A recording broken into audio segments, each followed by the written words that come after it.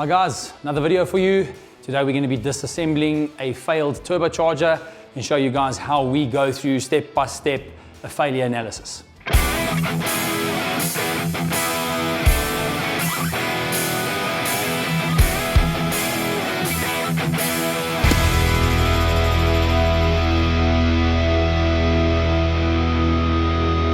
Alright guys, so today we're going to disassemble a Schwitzer turbo.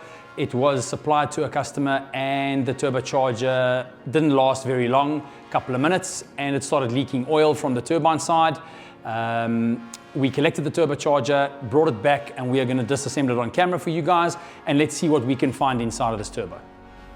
Okay guys, so this is the turbocharger in question. The only thing that I've done down in the workshop is just loosen up this ring which holds the compressor housing onto the bearing housing. It's a little bit difficult doing it here without the right tools. So turbine side, this is a normal oil-cooled bearing housing. There's no water ports. That's the oil inlet. You can see that there's a witness mark over there from the gasket that was used, and the gasket was obviously the correct size because it did not block the oil feed gallery or the inlet. This is the oil outlet. They did run oil. Obviously you can still see that there's a bit of remnants of oil inside there, and the turbocharger installs in the manner that this flange on the manifold side faces upwards, and there you can actually see that oil leaked out between the bearing housing and the turbine housing. You can smell a very, very strong smell of burnt oil, and obviously you can see the reason, because there's a lot of oil leakage that came out of the turbine side, obviously down into the downpipe or exhaust system. And another thing that we look for, just as a matter of course, is what is the condition of the engine? So do we have oil coming into the inlet from the manifold? So we just run our finger on the inside of these ports over here, and it's dry soot, so there isn't any oil leakage or any oil coming out of the engine itself, entering the manifold and then coming into the turbine housing. So what I'm going to do now is I just want to loosen up 13mm spanner and just loosen up these bolts that basically hold the turbine housing on.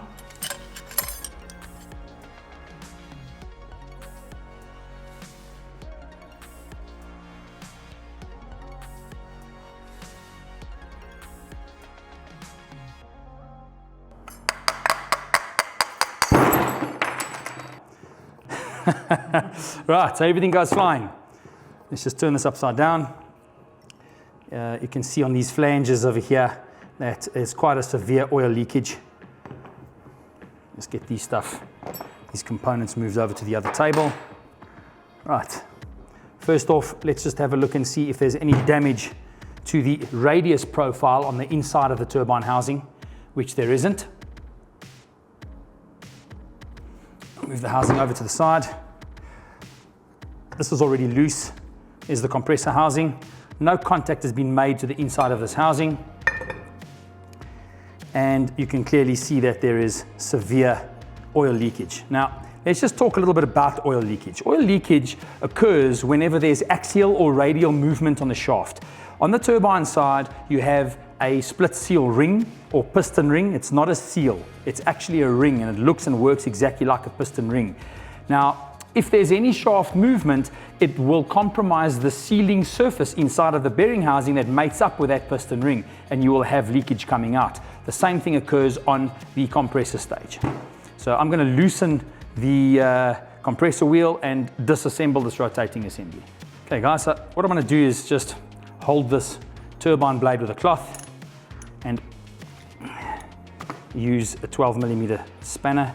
Get the shaft nut off, remove the compressor. Let's have a look. The compressor is still new. What we look at the back of the compressor is for various signs of overspeeding, which there aren't any. There's no contact or burrs between the compressor wheel that would have been generated on the compressor wheel from contact being made to the compressor housing. So the compressor wheel is in great condition. It can be reused. Just want to clean this up and move it out of the picture. Next thing, we're going to pop the shaft out, lay this down, take the heat shield off, and you can see that there's oil leakage behind the heat shield. It's still new oil, it's clean oil, and you can clearly see that on the bearing housing itself. Underneath the heat shield, there's also oil present. Now that indicates that it would only have come from the sealing face. Now the sealing face here, I'm going to point with a little spike just to give you guys an idea, and I'll ask the camera to come in and zoom in here. The sealing face that the piston ring seals on is this area there in the bearing housing. This is the piston ring that I'm referring to that seals in that area. And if this sealing face is compromised and or outside of specification, or there's axial or radial movement in the rotating assembly, it will compromise the seal's ability to seal on that face. Now, this sealing face, as you've seen, is not compromised. It doesn't have any burrs or damage, visual damage, nor does this split seal ring. It is still round, and it is not very, very loose inside of the ring groove. This was a brand new shaft that was put in there. You can actually see that there's no discoloration or markings, any witness marks whatsoever on the bearing running faces on the shaft. That's where the compressor wheel or compressor side bearing runs, and that's where the turbine side bearing runs. And there's no contact made at the back of the wheel to the heat shield. So if there was axial movement, it would have had to have been sufficient enough to be able to allow the back of the inducer blades to make contact with the heat shield, which never happened. So that leads me to believe that there's a problem on the pressure system on this specific application. So if you block, let's say for example, you've got an oil feed and you run this turbocharger in an assembled format. You run it on a test bench, you put a 4-bar oil pressure, gauge pressure into the turbocharger's oiling system, and you block the oil outlet. What do you think is going to happen? What will happen is the oil will no longer be able to come out of this turbocharger. It will bottleneck, build up, the pressure will build up inside of the turbocharger, and it will pass past the split seal ring on both the turbine and or the compressor side. Now, it looks like we started to get a bit of oil leakage past the compressor side. I want to just inspect this part of the turbocharger. First of all, what I've noticed is that there's a witness mark over here which seems to have made contact with something. Now, this is the compressor wheel that came out of there. There is no contact or witness marks on the back of this compressor wheel. So this bearing housing might have been reused. Now, it doesn't look like a brand new bearing housing to me. I mean, this definitely has been repaired before because of the paint, whatever paint has been used by whoever repaired this turbo previously, painted over the nameplate. But this is a used bearing housing. Guaranteed it's a used bearing housing. It looks like they installed a new repair kit or rebuild kit by the appearance of this steel insert, which comes in most of the kits. I'm just going to take this circlip out of here. Always put your hand over that, because if that thing jumps out and hits you in the face, you're going to be really sorry on the way to hospital. Right, so just use 2 screwdrivers to lift this insert out. And you find an O-ring. This O-ring over here will seal on inside of a sealing face. This insert is brand new. Let's pop this thrust collar out. This thrust collar also has a piston ring, as you can see there. This piston ring works exactly the same as the one on the turbine side. Change the pressure inside of the turbocharger's oiling system, and oil will leak past, coming out of the compressor side and or what you've already seen on the turbine side as well. So I'm just going to put these components down on the table. Next piece to come out is, okay, the thrust bearing and the entire assembly came out of here, is the deflector plate. This is called an oil deflector. It doesn't matter if this is used as long as it's clean. All it does, it's a non-wearing part. All it does is stand inside of the bearing housing and direct the oil coming out or through the bearing system past the thrust assembly down into the pot belly. Now let me show you the pot belly before I go into the thrust bearing section. This open area here is the pot belly. And if I stick my finger through there, you'll actually see, let me keep this still for the camera to see. So this area over here is known as the pot belly, and it obviously accumulates to the oil outlet. So all that this little plate does is it sits inside there like that, and the oil that comes through the thrust assembly will basically come against this little plate, get directed down so it can exit out of your oil outlet. Right, so let's get into the thrust assembly.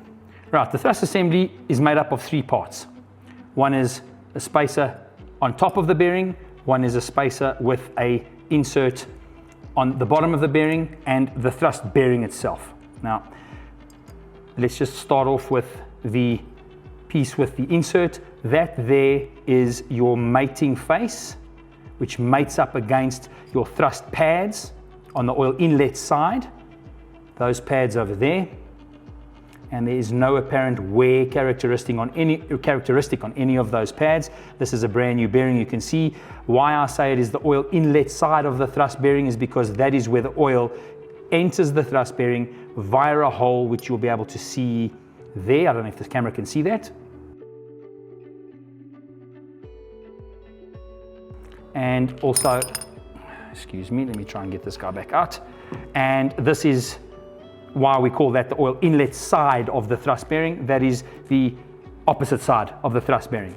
Now, this is where this plate, or should I say spacer, mates up against those thrust faces. No apparent scoring or wear characteristic on either the actual spacer itself and or the bearing, the thrust pads. So the bearing system is intact. What have we found so far? This turbocharger has operated in the presence of lubrication. There's no discoloration on the shaft, which will indicate the absence of lubrication, where you will find metal-to-metal contact generating so much friction that the steel components will start to discolor. So that is good. That's great. It's a failure or a operation in the presence of lubrication. That's number one. We've also seen that there's no scoring, so it tells us that the condition of the oil is in great shape. It does not have any particulate contamination, carbon particles, etc. Otherwise, you would have seen score marks on the bearing running faces, as well as on your spacers, as well as your thrust pads. All the mating faces would have had score or grind marks on them, which is not the case. What we have found is that this bearing housing has been reused. It's fine, it's not a problem, that's not a wearing part, as long as the sealing face for the O-ring is intact, which it is because there was no oil leakage past here, as well as the clearances, radial and axial, which should have been tested by whoever repaired this turbocharger, needs to be inside of a specification. And when we got the turbo, obviously what we did was we checked for radial and axial movement in the bearing system, and there wasn't any excessive play. The shaft seems to be new. There's no contact made between the inducer blades profile and extruder blades. There's no burrs, so there's no contact made between any of these blades and its respective housing. The bearing running faces seem to be 100% and intact, as well as the fact that we are now going to take our journal bearings out. All right, guys, so I've just got these little clips out. They're quite tough to get out sometimes. We bend them so that you can't reuse them. You'll actually see that this clip, have a look at how close those two arms are together.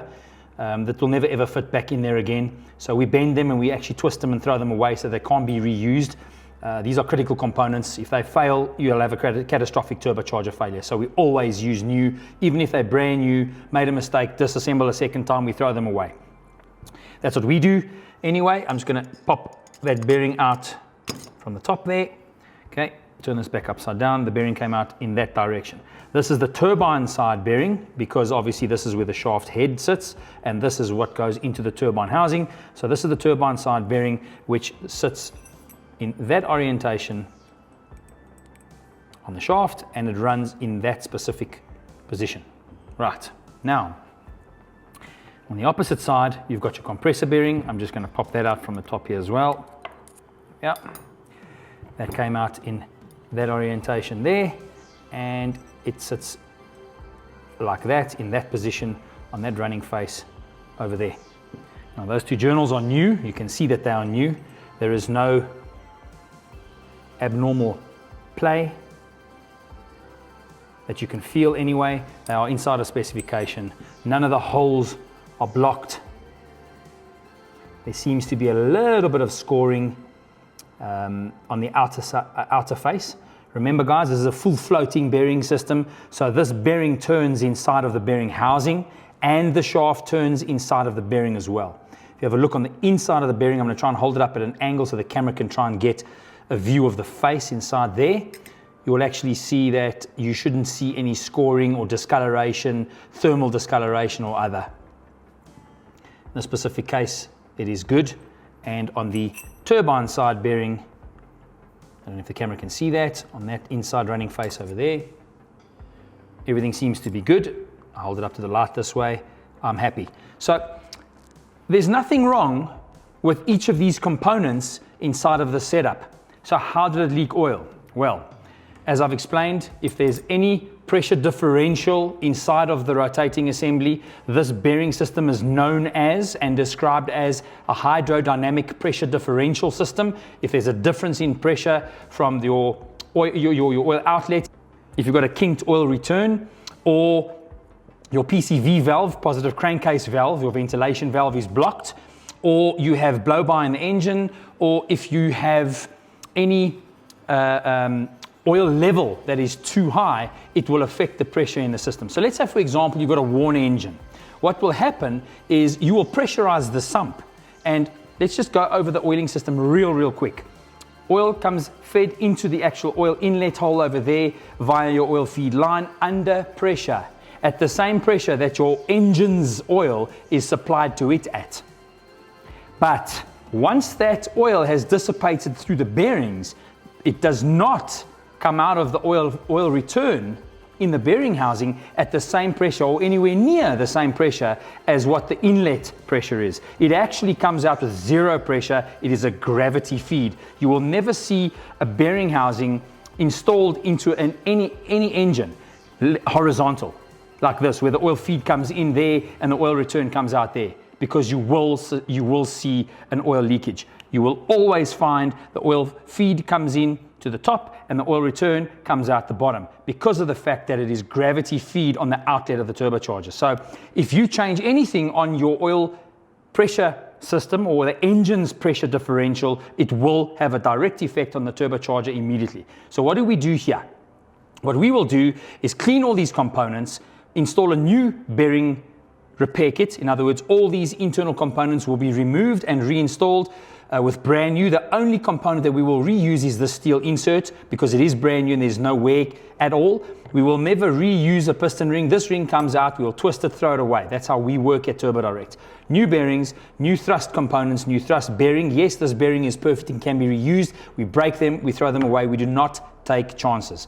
This thrust collar will also be removed, and this ring will be removed. The only piece that we will reuse is the heat shield once it's been cleaned, the deflector plate, and this steel insert. The shaft will be reused provided that the ring groove is in good condition, the shaft is straight, and there is a confirmed surface roughness on the running faces of these two areas over here where the bearings run.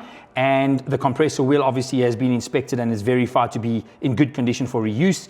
The bearing housing in this specific case is a little bit suspect. We will not reuse this for the pure simple fact that you can see that this dull appearance on the inside of the bearing housing over here has been media blasted. You do not media blast, for various reasons which we'll go into in another video, the internal structure of a bearing housing, because we'll talk about that at another time. Alrighty guys, so I hope you guys enjoyed that. It was a really simple one. There wasn't actually anything wrong with this turbocharger in terms of a failure. You didn't have a bearing failure or a burst compressor or abnormal thrust loading which resulted into a catastrophic failure, etc., etc. This was a really simple one, an oil leakage, and it is not because of the fact that there's something wrong with the components that the turbocharger is made up of. It is related externally. Something on the engine has caused this turbocharger to leak. What we're going to do now is obviously install a new repair kit and replace the bearing housing. The best thing actually to do in terms of cost effectiveness and time is to take a new core assembly, factory balanced, factory assembled core, install it into these end housings, set the orientation after they've been cleaned obviously, and out it goes to the customer. He's got a brand new rotating assembly in there, factory balanced, factory assembled, full warranty backup from the manufacturer, which in this case is Borg Warner. Hope you guys enjoyed that one. Like, subscribe, comment down below. See you next time.